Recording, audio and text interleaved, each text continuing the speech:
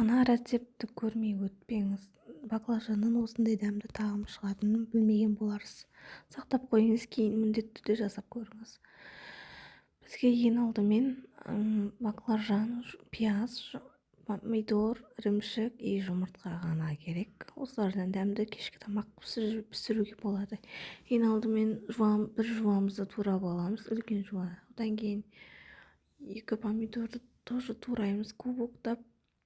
Жуамызды қызып тұрған майға салып қуырмалаймыз. Үстіне тураған баклажанымызды салып араластырамыз. Барлығын бұқтырып пісіреміз.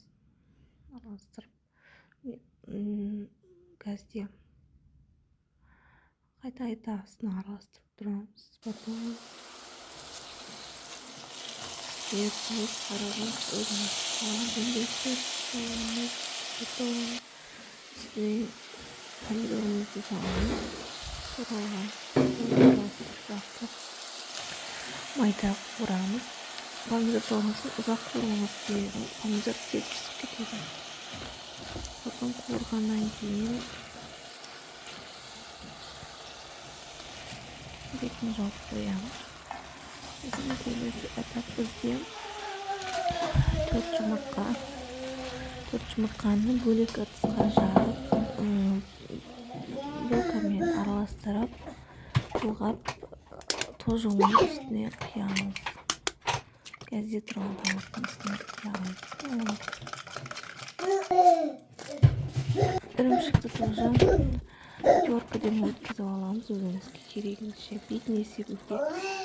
Жұмыртқамызды салып 2-3 минут оттап пісіреміз. Пісіп болғаннан кейін үстіне ірімшікті себеміз.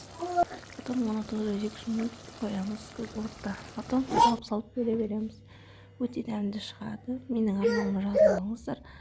Алдағы уақытта осы сияқты көптеген рецепттерді салып отырамын, бөлісіп. Лайк басып қолдап кетіңіздер. Сау болыңыздар, ас болсын. Осындай күшті кешкі ас шықты. Кейде ештеңе болмаған кезде осылай пісіре қоюға болады баклажаннан.